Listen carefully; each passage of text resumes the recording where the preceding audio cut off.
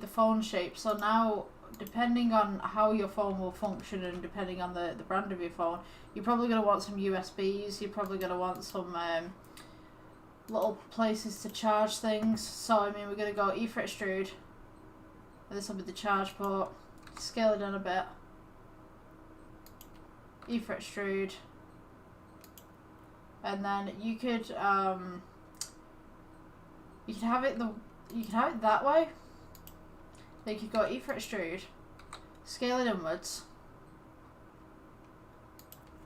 So if you guys can see what I'm doing here. And then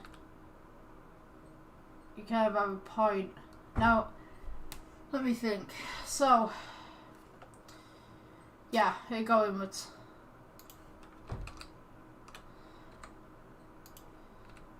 You just go into the phone right there, and that's charge port.